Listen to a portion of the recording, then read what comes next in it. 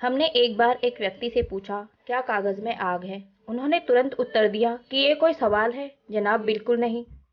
हमने कहा कि अगर कागज में आग नहीं होती है तो माचिस की छोटी सी तीली से दी हुई आग कागज के भीतर इतनी बड़ी आग कैसे निकलती है?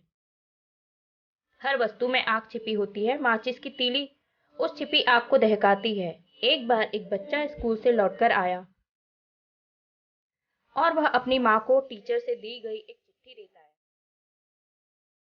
जब माँ ने चिट्ठी पढ़ ली तब बच्चे ने माँ से पूछा, चिट्ठी में क्या लिखा था? माँ ने बच्चे से कहा, बेटा, टीचर ने चिट्ठी में लिखा है कि मैडम आपका बेटा बहुत ज्यादा बुद्धिमान है। हमारे पास ऐसा कोई टीचर नहीं जो इतने प्रतिभावान बच्चे को पढ़ा पाए। बेहतर होगा कि आप इसकी प्रशिक्षण की व्यवस्था कहीं और करें। वर्षों बाद जब माँ का देहांत हो गया, यह बच्चा जो अब एक बहुत मशहूर वैज्ञानिक बन चुका था, माँ के अंतिम संस्कार के लिए आया। सारी विधियों के पूर्ण होने के पश्चात वैज्ञानिक महोदय अपनी माँ के घर गए और वह टेबल पर उन्हें सालों पुरानी वह चिट्ठी मिली। जैसे ही वह इस चिट्ठी को पढ़ने लगे, उनके आंखों से आंसू बहने लगे। चिट्ठी में लिखा था, मैडम, आपका बेटा एक नंबर का बुद्धू है। हम इसे सिखाकर तंग आ चुके हैं। हम इसे स्कूल से निकाल रहे हैं। बेहतर होगा कि आप इसे घर पर ही सिखाएं।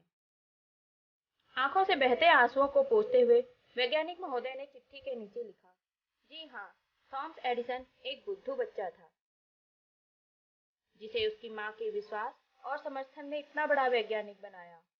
दोस्तों, हर व्यक्ति में एक विशेष योग्यता और हुनर की आग छिपी हुई है। यदि विश्वास करने वाली कोई माचिस की तीली वो तीली मिल जाए जो भीतर छिपे हुनर की आग को दहका दे, तो उस मनुष्य के साथ विश्व कल्याण होता है। ढूंढिए किसी ऐसे व्यक्ति को जो आप में विश्वास करे, या बनिए वो माचिस की तीली जो किसी के भीतर छिपी उस आग को दहकाए। धन्यवाद दोस्तों।